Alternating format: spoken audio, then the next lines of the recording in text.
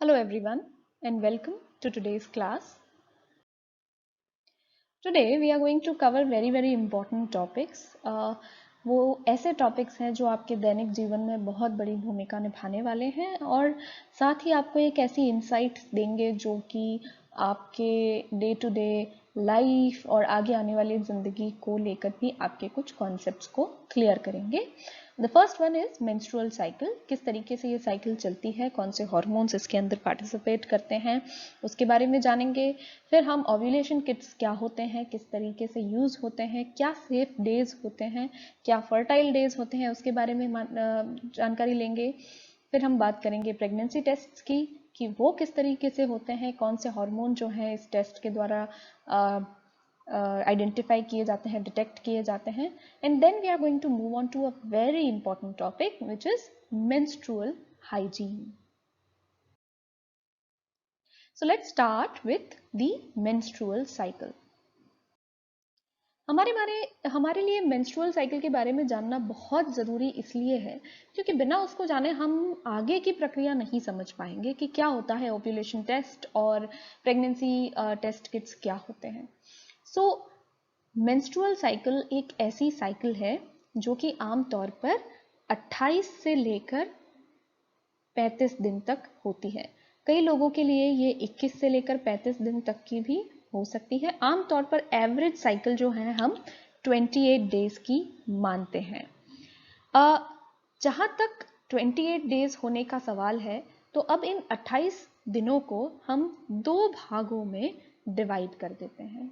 दो भागों में डिवाइड करने के पीछे औचित्य ये है क्योंकि आमतौर पर 28 दिन की साइकिल में मिड पॉइंट पर एक प्रक्रिया होती है जिसे हम कहते हैं ओव्यूलेशन. ओव्यूलेशन वो प्रक्रिया है जिसके अंदर हमारी ओवरीज जो हैं वो मैच्योर एग को रिलीज करती हैं और इस प्रक्रिया को हम जो है वो कहते हैं ओव्यूलेशन. और ये हमारी पूरी मेंस्ट्रुअल साइकिल के आमतौर पर मिड पॉइंट में आती है अगर आपकी साइकिल जो है वो 28 डेज की है. जब मैं 28 डेज की साइकिल कहती हूँ तो उसका अर्थ ये है कि पिछले पीरियड से लेकर अगले पीरियड के बीच में आपका 28 दिन का अंतराल रहा. यदि एक पीरियड और दूसरे पीरियड के बीच में आपके 30 दिन के अंतराल पर है तो आपकी 30 दिन की साइकिल है. यानी अगर 1 जुलाई को आपका पीरियड आया और अगर वो नेक्स्ट 30 जुलाई को आया तो आपकी 29 डेज की साइकिल हुई. यानी 1 से लेकर 30 के बीच में हमारे पास 29 दिन बचते हैं. So your cycle was of 29 days. So this is how you can calculate the length of your cycle or anybody's cycle by identifying the first period and the second period. Now, menstrual cycle जो ये 28 दिन की पूरी प्रक्रिया होती है इसके अंदर काफ़ी सारे फेजेस होते हैं. आमतौर पर 2 फेजेस होते हैं पर उन्हें भी हम बांट देते हैं. पहला फेज जो होता है वो होता है फॉलिक्यूलर फेज. मैंने कहा यहाँ पर कहीं बीच में हमारा ओव्यूलेशन होता है. तो जो फर्स्ट फेज है वो हमारा फॉलिक्यूलर फेज है. फॉलिक्यूलर फेज का मतलब ये है कि हमारे शरीर में फॉलिकल्स डेवलप हो रहे हैं. फॉलिकल्स डेवलप हो रहे हैं मतलब इनमैच्योर एग्स जो हैं वो ओवरी में बन रहे हैं, विकसित हो रहे हैं. अभी हम फॉलिक्यूलर फेज में हैं. जब इन फॉलिकल्स में से कुछ जो है डोमिनेंट फॉलिकल्स मैच्योरिटी की तरफ बढ़ते हैं तो उसमें जो सबसे ज़्यादा डोमिनेटिंग फॉलिकल होता है वो ओवरी से निकल जाता है बाहर और उसे कहते हैं हम ओव्यूलेशन की प्रक्रिया. ये जो है हमारे इन फेलोपियन ट्यूब्स द्वारा अपटेक किया जाता है. ये हमारी ओवरीज है और यहाँ से जब वो एग बाहर निकलता है तो वो इन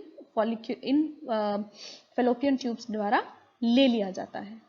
अब जो मैच्योर एग है वो इन ओवरीज में से हमारे फेलोपियन ट्यूब में गया और यहाँ से होता हुआ वो आगे बढ़ रहा है.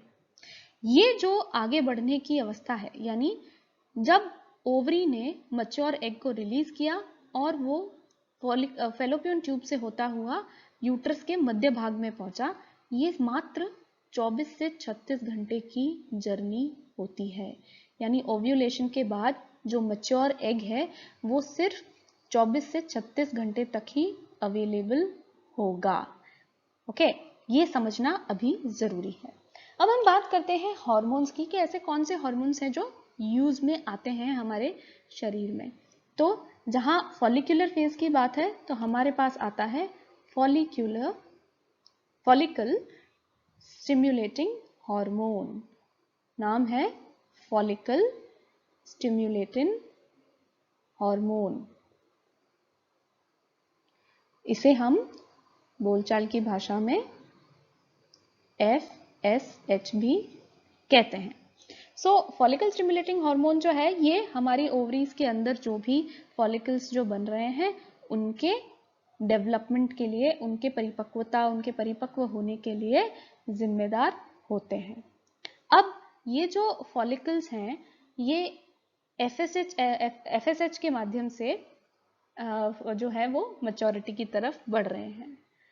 अब ओव्यूलेशन के दौरान हमारा यानी मैच्योर एग जब रिलीज होना है उसके पीछे हार्मोन जो जिम्मेदार है उसे हम कहते हैं ल्यूटनाइजिंग हार्मोन। ये हमारे लिए जानने वाली हार्मोन है। ल्यूटनाइजिंग हार्मोन वो हार्मोन है जो कि जिम्मेदार होता है हमारे मैच्योर एग के रिलीज के लिए। यानी जब ल्यूटनाइजिंग हार्मोन का मात्रा हमारे शरीर में बढ़ जाता है इसका मतलब अब हम ओव्यूलेशन के करीब हैं। अगले 24 से 36 घंटे के बीच ओव्यूलेशन कभी भी हो सकता है। ओव्यूलेशन के लिए जिम्मेदार हार्मोन है ल्यूटेनाइजिंग हार्मोन। अब बात करते हैं बाकी हार्मोन्स की। बाकी जो दो हार्मोन्स हैं जो अब आगे हमारे काम आने वाले हैं उनका नाम है प्रोजेस्टेरॉन और एस्ट्रोजन। जब फॉलिकल मैच्योर एग को, ओवरी जो है मैच्योर एग को रिलीज कर देती है तब जो फॉलिकल है उसकी आउटलाइन जो है वो ओवरी में ही बच जाती है और इसका नाम होता है कॉर्पस ल्यूटियम। ये कॉर्पस ल्यूटियम जो है ये सिक्रीट करता है हार्मोन प्रोजेस्टेरॉन। ये हार्मोन जो है ये जिम्मेदार होता है हमारी एंडोमेट्रियम लाइनिंग के थिकनेस के लिए, क्योंकि अब यूट्रस को पता है कि मैच्योर एग जो है वो मेरे अंदर आ चुका है, ये यहां से होता हुआ आगे की ओर बढ़ रहा है। अब यदि यहाँ पे इस एग को स्पर्म्स मिल जाते हैं तो फर्टिलाइजेशन होगा और हमारा गर्भधारण की प्रक्रिया शुरू हो जाएगी। अगर फर्टिलाइजेशन हो जाता है तो ये जो प्रोजेस्टेरॉन हार्मोन है इसकी वजह से जो एंडोमेट्रियम थिकनेस जो है वो बढ़ रही है। ये इसलिए बढ़ रही है ताकि ये फर्टिलाइज जाइगोट जो है वो जाके एंडोमेट्रियम के ऊपर चिपक जाए और इम्प्लांटेशन की प्रक्रिया कंप्लीट हो जाए। तो progesterone is responsible for endometrial thickness ताकि इम्प्लांटेशन आसानी से हो सके। एंडोमेट्रियम एक यूट्रस की जो वॉल है वो कहलाती है और ये थिक इसलिए होती है ताकि जाइगोट यानी जो फर्टिलाइज्ड एग है वो आके आसानी से उस पर चिपक जाए और प्रेगनेंसी जो है वो सक्सेसफुली इम्प्लांट हो जाए। इस एंडोमेट्रियम से ही ये जाइगोट जो है वो पोषण, ऑक्सीजन, हर जरूरत की चीज वो लेगा। ओके, अभी यदि ये फर्टिलाइजेशन जो है वो नहीं होता, अब हमारे पास क्या है कि ये फर्टिलाइज्ड एग जो है वो यहाँ तक आया, यहाँ पे हमारी एंडोमेट्रियम की थिकनेस जो है वो मोटी हो गई, बट यहाँ पर आके वो फर्टिलाइज नहीं हुआ इसलिए वो यहाँ पे एंडोमेट्रियम के ऊपर चिपका नहीं। अगर नहीं चिपका तो अब ये एंडोमेट्रियम जो है वो हट जाती है। एंडोमेट्रियम 3 लेयर्स में होती है और एंडोमेट्रियम की जो बेस लेयर है उसको छोड़ के मिडल और ऊपर की लेयर वो है वो दोनों छूट जाती है। इस बेस लेयर से छूट के डिसइंटीग्रेट होके और बाहर आ जाती है, जिसे हम पीरियड कहते हैं यानी ब्लीडिंग कहते हैं। इस तरीके से पूरी मेंस्ट्रुअल साइकिल चलती है। इसके अंदर इन हार्मोन्स, ल्यूटनाइजिंग हार्मोन और प्रोजेस्टेरॉन, एस्ट्रोजन, इनका बहुत बड़ा रोल होता है। जैसे ही इम्प्लांटेशन नहीं होता वैसे ही प्रोजेस्टेरोन की मात्रा गिर जाती है, और प्रोजेस्टेरोन की मात्रा गिरते ही जो है मेंस्ट्रुअल फेज शुरू हो जाता है, यानी एंडोमेट्रियम जो है वो टूट के बाहर निकल जाती है।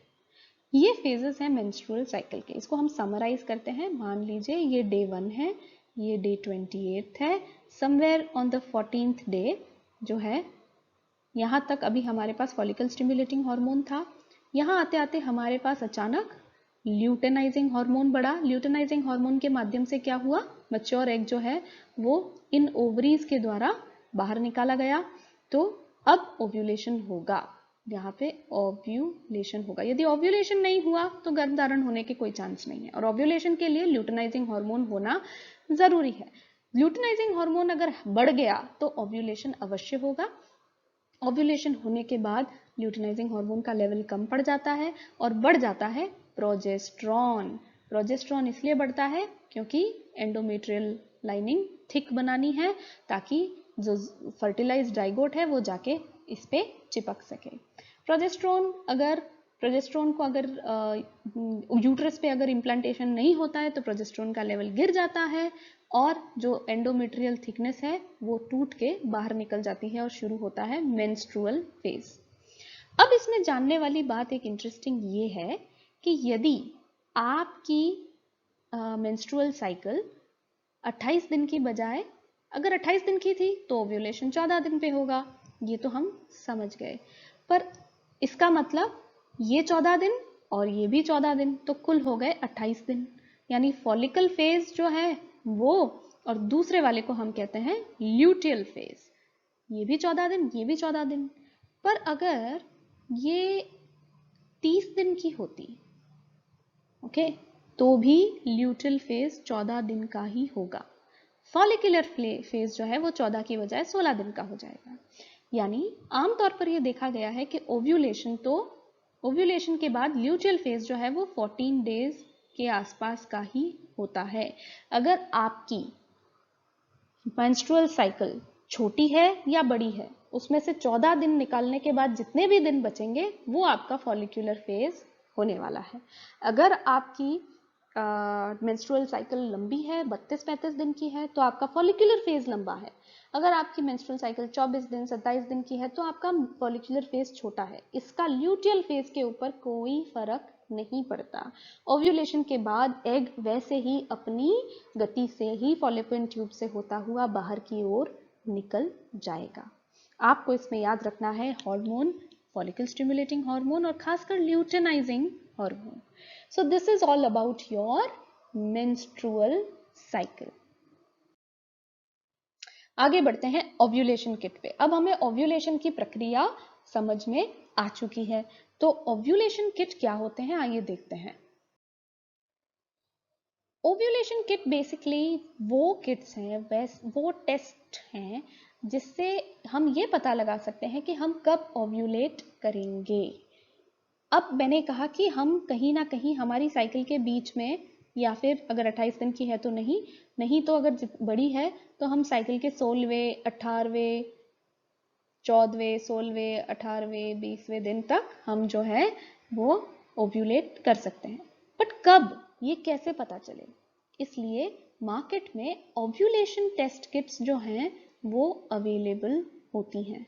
और कौन सा हार्मोन रिस्पॉन्सिबल था? Luteinizing hormone. This was the hormone which is responsible for ovulation. तो ये टेस्ट क्या डिटेक्ट करता है? ल्यूटेनाइजिंग हार्मोन अगर यूरिन में सिक्रीट हो रहा है, इसका मतलब आप अगले 24 से 36 घंटे में कभी भी ओव्यूलेट कर सकते हैं।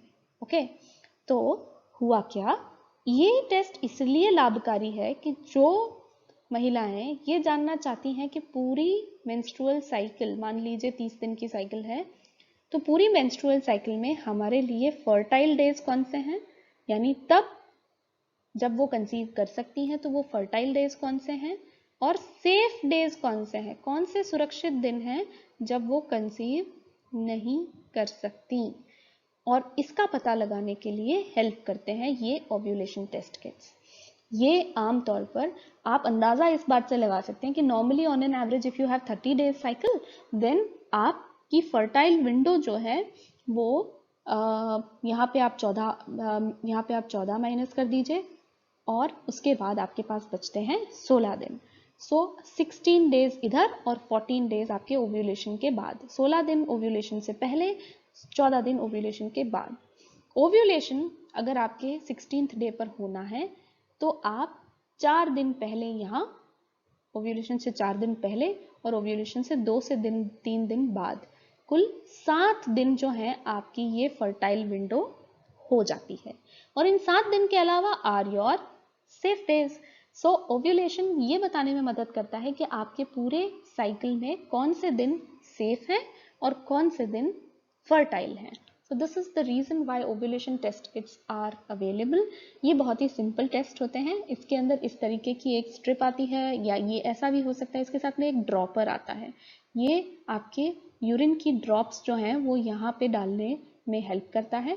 यहाँ पर जैसे कि यहाँ दिख रहा है, यहाँ पे एक कंट्रोल लाइन होती है जो कि पहले से दिखाई देती है।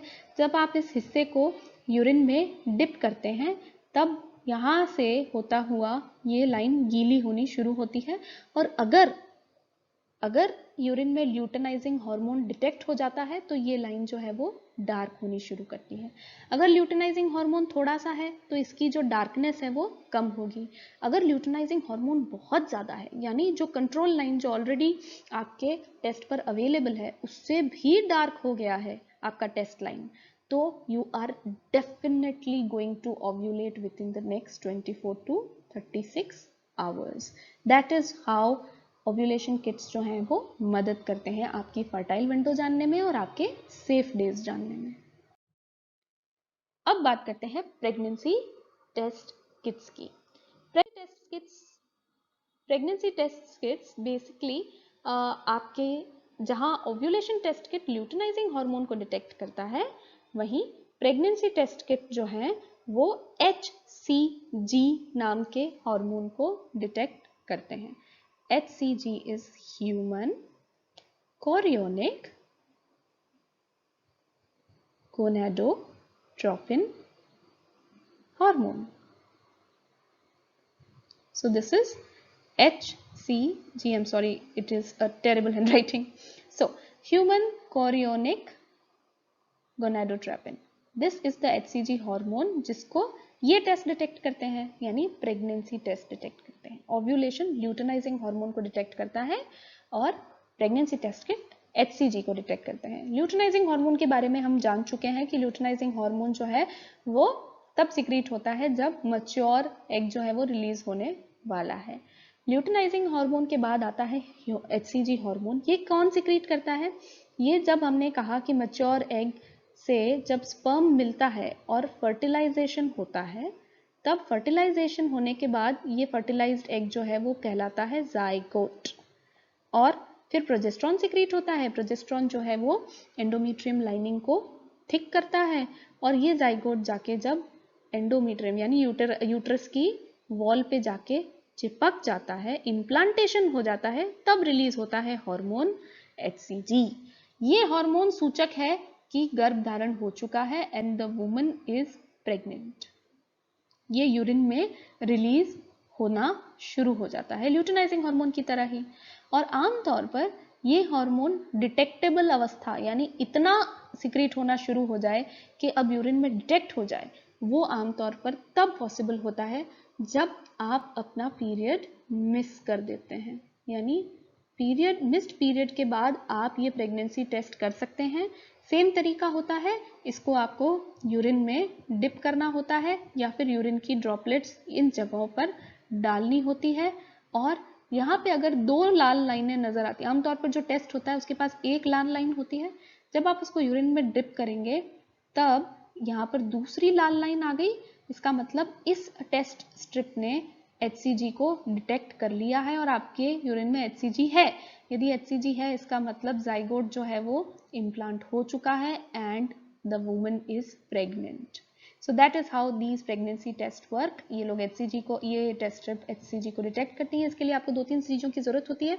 एक कलेक्शन कप जिसके अंदर यूरिन कलेक्ट हो सके, टाइमर आमतौर पर 5 मिनट से 2 से 5 मिनट लगते हैं इन टेस्ट को ये लाइन दिखाने या नहीं दिखाने में, और एक फ्लैट सरफेस जिसके ऊपर आप ये टेस्ट रख सकते हैं। सो इस तरीके से प्रेगनेंसी टेस्ट घर पे आराम से की जा सकती है। अब हम चलते हैं एक बहुत ही ज़रूरी टॉपिक पे। ये ज़रूरी इसलिए है कि काफ़ी हद तक इन्फेक्शंस, रिप्रोडक्टिव ट्रैक्ट की बीमारियां यंग लड़कियों में देखी जा रही है, क्योंकि वो मासिक धर्म से संबंधित साफ सफाई हेल्थ के बारे में जागरूक नहीं है।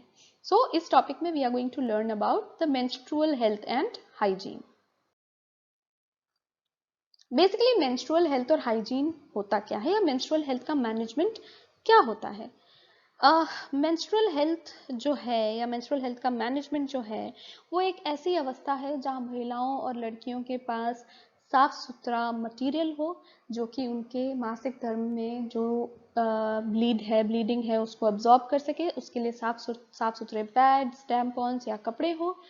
साथ ही उनके पास सोप, साफ सुथरे पानी की फैसिलिटी हो, जिससे वो अपने शरीर को साफ रख पाएं, अपने अंतः वस्त्रों को साफ रख पाएं, और साफ और कन्वीनियंट फैसिलिटी हो, एक बंद दरवाजे का टॉयलेट या बाथरूम की फैसिलिटी हो जहां वो आसानी से अपने इन मटेरियल्स को चेंज कर सके, और साथ ही में डिस्पोज करने की भी सुविधा हो जहां पे यूज्ड पैड्स या क्लॉथ्स को डिस्पोज ऑफ किया जा सके।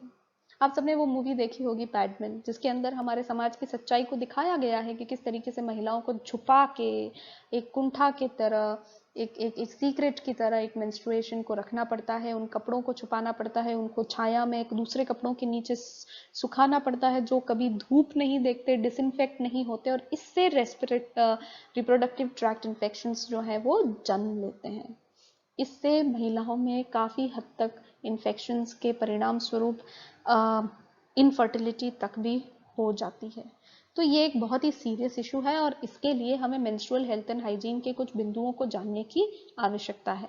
हमें ऐसे हमारे पास मटेरियल होना चाहिए जो ब्लड को कलेक्ट करे, फिर उसे ढंग से डिस्पोज ऑफ करने का तरीका हमारे पास होना चाहिए। हमें ये पता होना चाहिए कि हम प्राइवेट पार्ट्स को किस तरीके से क्लीन रख सकते हैं, और हमें उसके साथ डिग्निटी और कंफर्ट भी चाहिए। हम उसे एक सीक्रेट की तरह और एक गलत और गंदी चीज़ की तरह रखने की बजाय उसको समझे और डिग्निटी और कंफर्ट के साथ अपने मेंस्ट्रुअल साइकिल को एक्सपीरियंस करें। मेंस्ट्रुअल हाइजीन को इंश्योर करने के बहुत सिंपल स्टेप्स हैं। सबसे पहला, अपने हाथों को बार बार सोप से धोना है ताकि आपके हाथ एकदम क्लीन रहे। आप जो भी मटेरियल का इस्तेमाल कर रहे हैं, चाहे वो पैड्स हैं, क्लॉथ है, उसको रेगुलरली चेंज करना है। बहुत लंबे समय तक यूज्ड पैड को अपने पास नहीं रखना है, उसको यूज़ करके उसको डिस्पोज करके साफ पैड को इस्तेमाल करना है।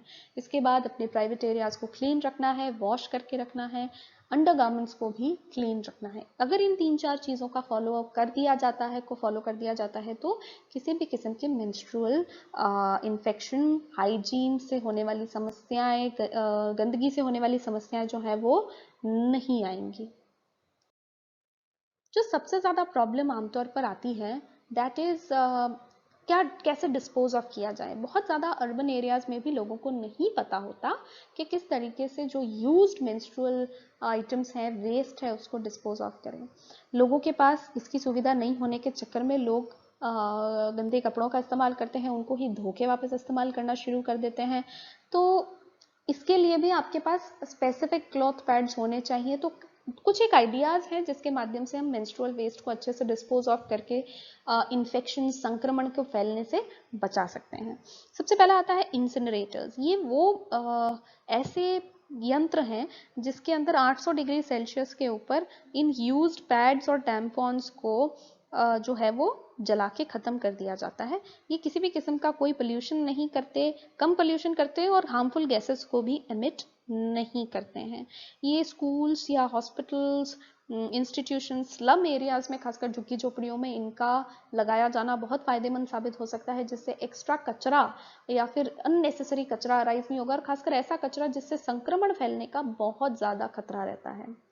दूसरा एक बहुत अच्छा आइडिया है toilets with shoots. Toilets with shoots मतलब कि टॉयलेट्स के अंदर इस किस्म का एक खड्डा बनाया जाता है जिसके अंदर केमिकल्स डाले जाते हैं, जिसके अंदर अगर आप इन यूज पैड्स और टैम्पॉन्स को डिस्पोज ऑफ करते हैं तो वो बहुत जल्दी डिकम्पोज हो जाते हैं और किसी भी किस्म का संक्रमण नहीं फैलता। और ये बहुत आसान है। ये केमिकल एजेंट जो डाला जाता है महीने में 4 से 5 बार डालकर आप आसानी से इन नैपकिन से छुटकारा पा सकते हैं।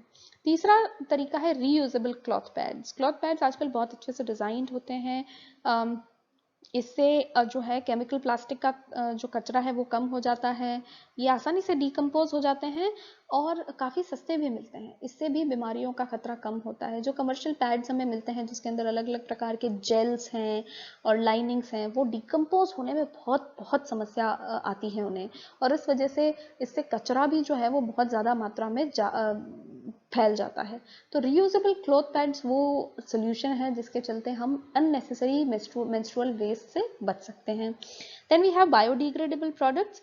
इनमें ये कमर्शियल प्रोडक्ट्स हैं जो कि अलग अलग चीज़ों से बने हैं, केमिकल और प्लास्टिक से नहीं बने हैं। बैम्बू फाइबर, बनाना फाइबर, जल का कुंभी, स्पॉन्जेस आदि से बनाए जाते हैं जो आसानी से डिग्रेड हो जाते हैं। डिस्पोजल मेंस्ट्रुअल वेस्ट का इसीलिए जानना ज़रूरी है क्योंकि हम एनवायरनमेंट पे किसी भी किस्म का एक्स्ट्रा स्ट्रेन नहीं डालना चाहते इस हाईली इन्फेक्शियस वेस्ट को ऐसे ही कहीं भी फेंक कर। और चौथा जो है, पांचवा जो है कि हमें बहुत अच्छे से डिस्पोजल टेक्निक्स के बारे में जानना चाहिए। हमें डिस्पोजेबल बैग्स यूज़ करने चाहिए जो जिनका कलर इंडिकेशन हो कि इनमें क्या आप किस किस्म का मेंस्ट्रुअल वेस्ट जो है वो आप डाल रहे हैं, ताकि उन्हें ढंग से डिस्पोज ऑफ किया जाए। ये स्कूल्स में, हॉस्पिटल्स में, इंस्टीट्यूशंस में फ्रीली डिस्ट्रीब्यूट होने चाहिए ताकि किसी भी किस्म का डोमेस्टिक वेस्ट, इंस्टीट्यूशनल वेस्ट संक्रमण ना फैला सके। पैड्स जो है वो अच्छे से न्यूज़पेपर में रैप करके और फिर डस्टबिन में फेंका जाना चाहिए। इसके साथ ही जो रैग पिकर्स हैं उन्हें, जो कचरा बीनने वाले लोग हैं उन्हें ऐसे इन्फेक्शियस मटेरियल से बिल्कुल भी एक्सपोज नहीं करना चाहिए। तो आप अपने घर की बाउंड्री के परे यदि उसको फेंक देते हैं तो वहीं आपकी जिम्मेदारी खत्म नहीं हो जाती, क्योंकि वो आपकी जिम्मेदारी है और उसके माध्यम से और उसके थ्रू यदि किसी को भी बीमारी होती है that is on your head. So you should be very very responsible. You should maintain cleanliness, hygiene, and in the end you should also know how to dispose of these menstrual wastes effectively. तो ये था all about menstrual cycle, menstrual health and hygiene, and how can you know whether what days are safe, what days are fertile, pregnancy tests को किस तरीके से use करना है, किस तरीके से हमें ओव्यूलेशन टेस्ट किट को हम यूज कर सकते हैं. So that was all about today's class. Thank you all very much.